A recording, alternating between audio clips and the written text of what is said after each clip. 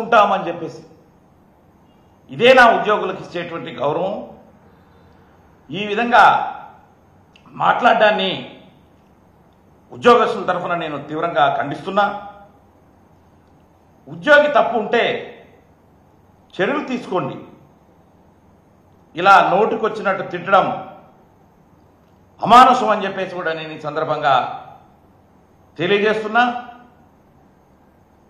అక్కడ ఎమ్మెల్యే గారు పర్యటించినప్పుడు అక్కడ ఏదైనా పని చేయకపోతే అక్కడ ఉన్నటువంటి ఎవరు బాధ్యులు దానికి విచారణ చేయాలి. అసలు ఏంటి అక్కడ ఏమైనా ఫండ్స్, సఫిషియెంట్ ఫండ్స్ ఉన్నాయా? ఫండ్స్ ఉంటే who is the sanctioning authority?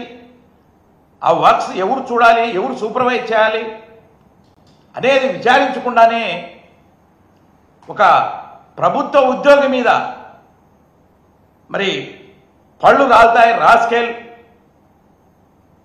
మరి గాడిదలు కాస్తున్నావా అని చెప్పేసి కూడా అనడం అనే దాన్ని మాత్రం మేము తీవ్రంగా తీసుకుంటూ దాన్ని ఖండిస్తున్నాం. ఉద్యోగస్తుల తరఫున మీరేం గాడిదలు కాస్తున్నారా అని చెప్పి నేను అడుగుతున్నా ఈ సందర్భంగా ఎమ్మెల్యే గారిని. ప్రజలు మిమ్మల్ని ఎన్నుకున్నారు, వాళ్ళ బాగోగులు చూడాల్సినటువంటి బాధ్యత మీ మీద ఉంది. అక్కడ ఏదైనా సరిగ్గా పనిచేసినా పని చేయకపోయినా అక్కడ వసతులు కల్పించకపోయినా అవి కన్సర్న్ అధికారుల దృష్టికి తీసుకెళ్లి ఏంటి, ఎందువలన పని ఆగిపోయింది, ఎందుకు ఆ పని చేయట్లేదు అని చెప్పి మీరు విచారించి ఎవరైనా పని చేయకపోతే వాళ్ళ మీద తగు చర్యలు తీసుకోవాలే కానీ అలాగా మరి పళ్ళు రాలుతాయి, రాసుకేయాలని చెప్పేసి అనడాన్ని మాత్రం తీవ్రంగా మేము ఖండిస్తున్నాం. మరి మీరు కూడా రాసుకేయాలా అని చెప్పేసి కూడా నేను ఈ సందర్భంగా అంటున్నా. ఉద్యోగస్తుల తరఫున నేను అడుగుతున్నా మిమ్మల్ని, మీరు ఏదైనా ఉంటే ఎంక్వైరీ చేయండి. అక్కడ ఎందుకు చేయలేదు ఆ పని, ఎందుకు కుళాయిలు సక్రమంగా పనిచేయట్లేదు, ఎందుకు సరిగ్గా స్ట్రీట్ లైట్స్ వెలగట్లేదు, ఎందుకు డ్రైనేజీలు క్లీన్ చేయట్లేదు, ఇవన్నీ కూడా అక్కడ విచారించిన తర్వాత కన్సర్న్ అధికారులతో మీటింగ్ పెట్టుకొని మీరు చేయాలే తప్ప అప్పుడు అతని తప్పు ఉంటే శానిటరీ ఇన్స్పెక్టర్ని మీరు చర్యలు తీసుకోండి. అంతేగాని అందరి ముందు మీరు అలా తిడితే అతనికి ఏదన్నా అయితే అతనికి ప్రాణాపాయం జరిగితే మీరు బాధ్యత వహిస్తారా అని చెప్పేసి కూడా నేను ఈ సందర్భంగా క్వశ్చన్ చేస్తున్నా ఎమ్మెల్యే గారిని.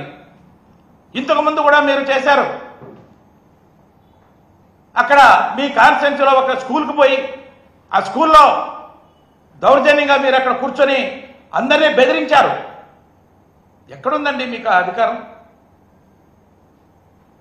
డిఈఓ ఉంటాడు, ఎడ్యుకేషన్ మినిస్టర్ రిక్రూట్ చేసి ఒక విత్ ఇన్ షార్ట్ పీరియడ్లో రిక్రూట్ చేసి 2/10/2019 నుంచి ఆ యొక్క గ్రామ సచివాలయ వ్యవస్థల్ని ఫంక్షనింగ్ లేకి తీసుకొచ్చినటువంటి ఘనత శ్రీ వైఎస్ జగన్మోహన్ రెడ్డి గారిది.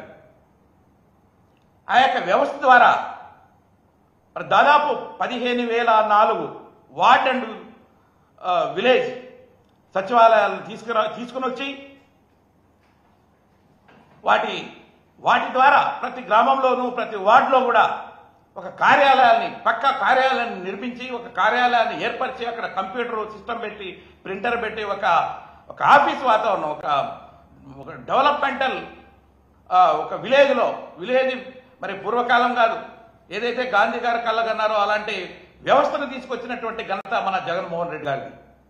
అలాంటి వ్యవస్థ బ్రహ్మాండంగా ఇప్పటి వరకు పనిచేస్తూ ఉంది. ఏ యొక్క వెల్ఫేర్ స్కీమ్ కూడా గవర్నమెంట్ తీసుకొస్తుందో దాన్ని ప్రజల వద్దకు చేరవేసేటువంటి బాధ్యత ఆ యొక్క డిపార్ట్మెంటు తీసుకుని ముందుకు సాగుతుంది. అయితే ఆ గవర్నమెంట్ ఈ వ్యవస్థను తీసుకొచ్చింది. ఈ గవర్నమెంట్ దాన్ని ఏదో విధంగా తప్పు పట్టాలి, దాన్ని ఏదో విధంగా చిన్నాభిన్నం చేయాలనేటువంటి విషయంగా కంకణం కట్టుకున్నదో ఏమో అనేటువంటి అనుమానం నాకైతే కలుగుతూ ఉంది. మరి దాదాపు 1,27,000 మంది ఉన్నటువంటి ఆ యొక్క ఉద్యోగస్తులు ఆ యొక్క శాఖలో 1,10,000 మందిని ఐడెంటిఫై చేసి మరి 15,000 మంది దాకా సర్ప్లస్ కింద చూపెడుతూ దాదాపు ఒక 20,000-25,000 మంది ఉద్యోగస్తుల్ని వేకెన్సీస్ అన్నీ కూడా అబాలిష్ చేసేస్తున్నారు. అంటే అబాలిష్ చేయడం వల్ల మీరు ఉద్యోగస్తులకి మరి వాళ్ళ నోట్లో మట్టి కొడుతున్నారా? మీరే చెప్పారు, మేమందరికీ కూడా నిరుద్యోగులకు ఉద్యోగులు దాదాపుగా ప్రతి సంవత్సరంలో 4 లక్షలు ఇస్తాం, 5 ఏళ్లలో 20 లక్షల ఉద్యోగాలు కల్పిస్తాం, లేకపోతే ఇమ్మీడియట్ గా వాళ్ళకి నిరుద్యోగ భృతి 3,000 చొప్పున ఇమీడియట్గా ఇస్తామన్నారు. ఎప్పుడండి ఇచ్చేది? సంవత్సరం అవుతా ఉంటే మీరు ఉద్యోగం ఇవ్వరు, నిరుద్యోగ భృతి ఇవ్వరు. ఎందుకు చెప్పాలి మీరు? ఒట్టి అబద్ధాల మాటలు. ఓట్ల కోసం చెప్తున్నారా మీరు? ఎన్నికైన తర్వాత అది మర్చిపోతున్నారా? ఇదంతా కూడా నిరుద్యోగులుగానే ఉద్యోగులు కూడా గ్రహిస్తా ఉన్నారు అని చెప్పేసి కూడా నేను ఈ సందర్భంగా తెలియజేస్తా ఉన్నా. మరి ఆ యొక్క గ్రామ సచివాలయ వ్యవస్థను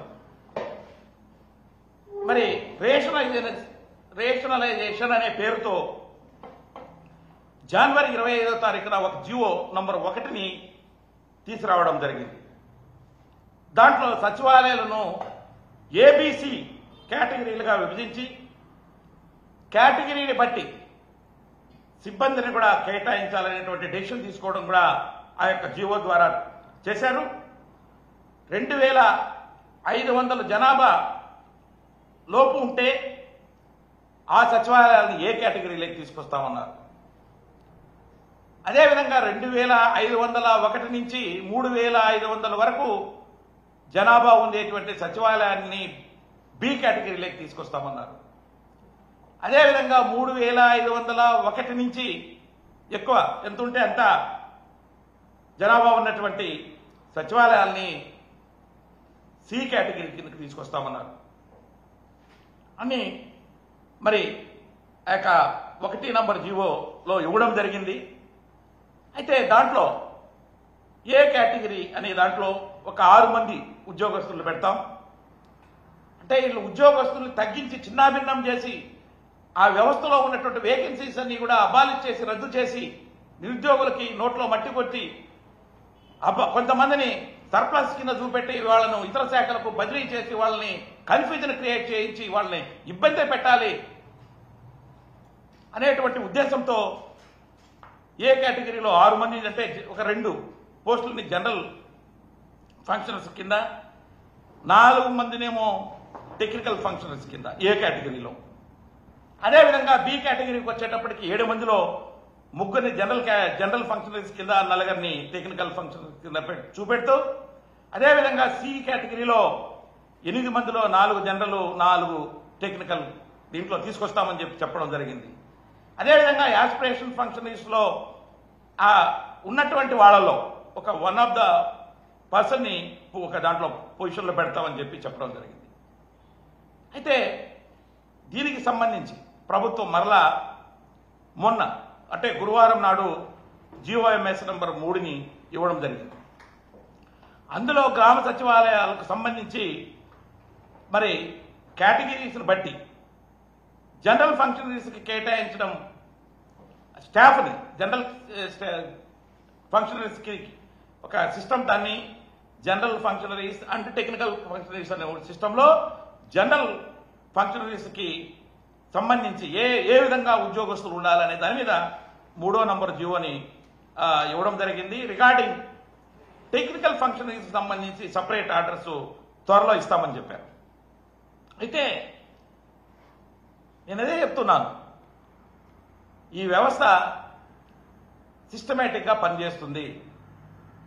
ఒక విఆర్ఓ అక్కడ పనిచేయడం మూలన ప్రతి ఒక్కరికి ఏదైనా కావాలన్నప్పుడు పలకడం, ఆ విఆర్ఓ అటెండ్ కావడం, పంచాయతీ సెక్రటరీస్ అటెండ్ కావడం, ఆ పంచాయతీ లెవెల్లో గ్రామ సచివాలయాలలో ఒక్కొక్క పంచాయతీల్లో సచివాలయాలు కొన్ని దగ్గర ఎక్కువ ఉండొచ్చు, కొన్ని సచివాలయాల్లో ఒక్కొక్క దగ్గర చిన్న పంచాయతీలు ఉన్నప్పుడు ఒకే సచివాలయం కింద కూడా పంచాయతీలు కూడా ఉండేదానికి ఆస్కారం ఉంటుంది. మరి దీనివలన ఈ వ్యవస్థే ఏదైతే పల్లెటూళ్ళల్లో ప్రతి ఒక్కరికి మా విలేజ్లో ఈ యొక్క వ్యవస్థ ఉంది, దీని ద్వారా మనం లబ్ధి పొందుతున్నాం, మనం ఏదైనా కూడా సాధించుకోగలుగుతున్నాం అనే నమ్మకాన్ని వమ్ము చేసే విధంగా ఈ యొక్క వ్యవస్థలో ఉద్యోగస్తుల్ని తగ్గించి వాళ్ళని కన్ఫ్యూజన్ క్రియేట్ చేస్తూ ఉన్నారు. దీనివలన ఈ రేషనలైజేషన్ అనే మాట వలన కొన్ని పోస్టులు రద్దు చేయబడతాయి. అదే చెప్పాను కదా, దాదాపు ఒక 25,000 దాకా గ్రామ సచివాలయాలతో పాటు, అదేవిధంగా వార్డు సచివాలయాలతో పాటు, అదేవిధంగా రైతు భరోసా కేంద్రాలు కూడా తీసుకొస్తున్నారు. వాటిని కూడా దాదాపు వాటిల్లో కూడా 6,000 దాకా వేకెన్సీస్ ఉన్నాయి. ఇవన్నీ కలిపి దాదాపుగా ఒక 25,000 దాకా తీసుకొచ్చి దాంట్లో పొదుపు మేము సంపద సృష్టిస్తామంటున్నారు చూడండి. ఈ వేకెన్సీస్ అన్ని కూడా రద్దు చేస్తే సంపద సృష్టించినట్టు అవుతుంది. నిరుద్యోగుల్ని పెంచుతున్నామనే మాట అది ఊరికే చెప్తారు, మేము ఉద్యోగాలు ఇస్తున్నాం, లక్షల ఉద్యోగాలు ఇస్తున్నామని చెప్పి ఉన్నటువంటి వేకెన్సీస్ని రద్దు చేసే ఆలోచనలో ప్రభుత్వం ఉన్నది అని చెప్పేసి కూడా నేను సందర్భంగా తెలియజేస్తున్నా. అంతేకాక జనరల్ ఫంక్షనరీస్కి చేసిన ఫిక్సేషన్ ఏదైతే జనరల్ ఫంక్షనరీస్లో ఈ యొక్క వేకెన్సీస్ ఏదైతే సిస్టమ్ చెప్పారో అది సరిగా లేదు.